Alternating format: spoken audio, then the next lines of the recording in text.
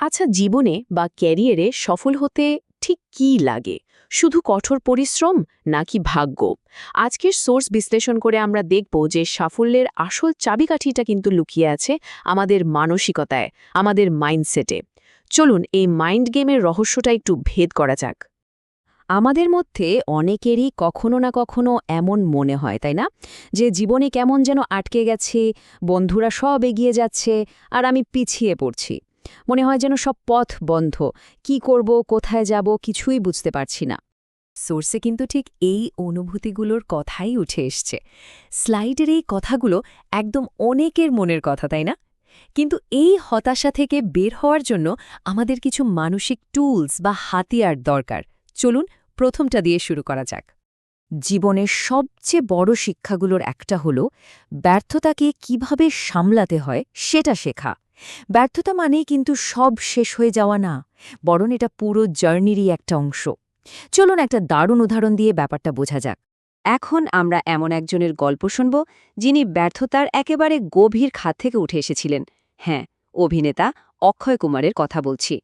একসময় তার সাফল্য ছিল আকাশ ছোঁয়া, কিন্তু তারপরই হঠাৎ করে নেমে আসে ঘোর অন্ধকার।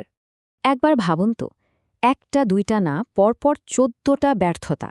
যে কোনো মানুষের জন্যই তো এটা একেবারে ভেঙে পড়ার মতো একটা পরিস্থিতি।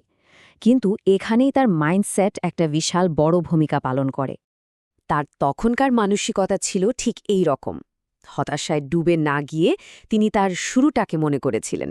তার তো কিছুই ছিল না, সেখান থেকেই তো তিনি এতদূর এসেছেন। তার মানে আবার উঠে দাঁড়ানো সম্ভব। এই যে ঘুরে দাঁড়ানোর মানসিকতা, এটাই কিন্তু আসল। সোর্সে ব্যর্থতার একটা চমৎকার নতুন সংজ্ঞা দেওয়া হয়েছে। ফেইল বা FAIL মানে শেষ নয়, বরং ফার্স্ট অ্যাটেম্পট ইন লার্নিং, অর্থাৎ শেখার প্রথম চেষ্টা। তার মানে প্রত্যেকটা ব্যর্থতায় আসলে নতুন কিছু শেখার একটা সুযোগ। এই বিখ্যাত কথাটা আমাদের মনে করিয়ে দেয় যে এখনকার কোনো ব্যর্থতাই কিন্তু জীবনের শেষ অধ্যায় না, আসল গল্প তো এখনও বাকি। চলুন এবার আমাদের দ্বিতীয় টুলের দিকে এগিয়ে যাই। ধৈর্য মানে কিন্তু হাত পা গুটিয়ে বসে থাকা না। সোর্স অনুযায়ী ধৈর্য হল লক্ষ্য অর্জনের একটা সক্রিয় এবং কৌশলগত অংশ, কারণ অধৈর্য হয়ে গেলে আমাদের চিন্তাগুলোই গুলিয়ে যায়। এখানে কাজের একটা খুব গুরুত্বপূর্ণ ক্রম দেখানো হয়েছে। সোর্স বলছে আগে ধৈর্য, তারপর প্রার্থনা বা দোয়া। কেন? কারণ অস্থির একটা মন থেকে যে চাওয়াটা আসে সেটা গভীর হয় না। একটা শান্ত আর ধৈর্যশীল মন থেকেই কিন্তু সত্যিকারের চাওয়াটা আসে। সোর্সে একটা ইসলামিক নীতির কথা বলা হয়েছে, যেটা আমাদের মধ্যে কৃতজ্ঞতাবোধ বাড়াতে সাহায্য করে। নিজের চেয়ে ভালো অবস্থানে থাকা মানুষের দিকে তাকালে অনেক সময় হিংসা বা হতাশা জন্মাতে পারে। কিন্তু নিজের চেয়ে খারাপ অবস্থায় থাকা মানুষের দিকে তাকালে নিজের যা কিছু আছে সেটার জন্য একটা কৃতজ্ঞতা তৈরি হয়। এটা কিন্তু ভাবনার বিষয়। এই স্লাইডের উদাহরণগুলো কি দারুণভাবে দেখাচ্ছে যে সফলতার কোনো নির্দিষ্ট বয়সসীমা নেই। প্রত্যেকেই তার নিজের সময়ের ছন্দে এগিয়ে চলে।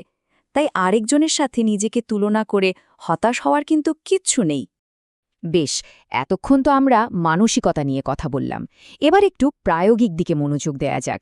নিজের দক্ষতা বাড়ানো আর মার্কেটে নিজের একটা ভ্যালু বা মূল্য তৈরি করাটা কতটা জরুরি চলুন দেখি।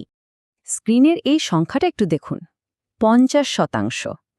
কিন্তু এটা কিসের সংখ্যা? মানে কি এর? চলুন পরের স্লাইডে এর পেছনের শক্তিশালী ধারণাটা জেনে নিই। হ্যাঁ, ওয়ারেন বাফেটের একটা নীতি থেকে সোর্সে এই ধারণাটা নেওয়া হয়েছে। ভাবা যায় শুধু কমিউনিকেশন বা যোগাযোগের দক্ষতা দিয়েই যে কেউ নিজের মূল্য প্রায় 50% বাড়িয়ে ফেলতে পারে। এটা প্রমাণ করে যে সঠিক দক্ষতা অর্জন করাটা কতটা জরুরি।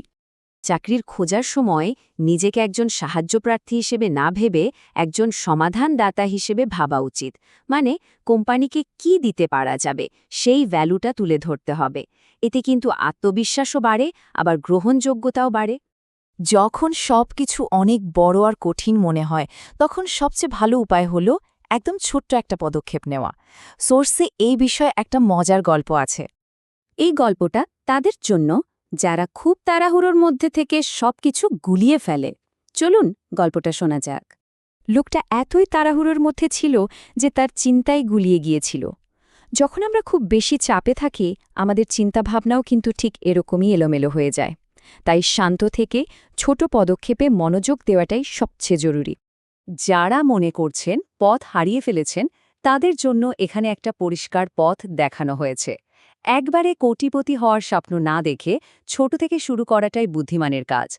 নিজের বর্তমান দক্ষতার ন্যায্য মূল্যটা গ্রহণ করে সেখান থেকে ধাপে ধাপে এগিয়ে যেতে হবে। সোর্সে আমাদের শিক্ষা ব্যবস্থার একটা বেশ গভীর সমস্যার দিকে ইঙ্গিত করা হয়েছে, যা তরুণদের ভবিষ্যৎকে প্রভাবিত করছে। চলুন দেখি সমস্যাটা আসলে ঠিক কোথায়।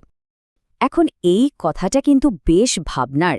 সোর্সে বলা হয়েছে শিক্ষকরা যখন নিজেদের ক্যারিয়ার, যেমন গবেষণা বা পদোন্নতি নিয়ে বেশি ব্যস্ত থাকেন, তখন স্বাভাবিকভাবেই শিক্ষার্থীদের প্রতি তাদের মনোযোগ কমে যায়।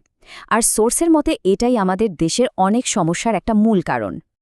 এই অসাধারণ উক্তিটি আমাদের মনে করিয়ে দেয় যে ফলাফলের ওপর অতিরিক্ত চিন্তা না করে নিজের চেষ্টা আর বিকাশের দিকেই মনোযোগ দেওয়া উচিত। নিজের সেরাটা দিয়ে যেতে হবে, বাকিটা সময়ের হাতে ছেড়ে দিতে হবে।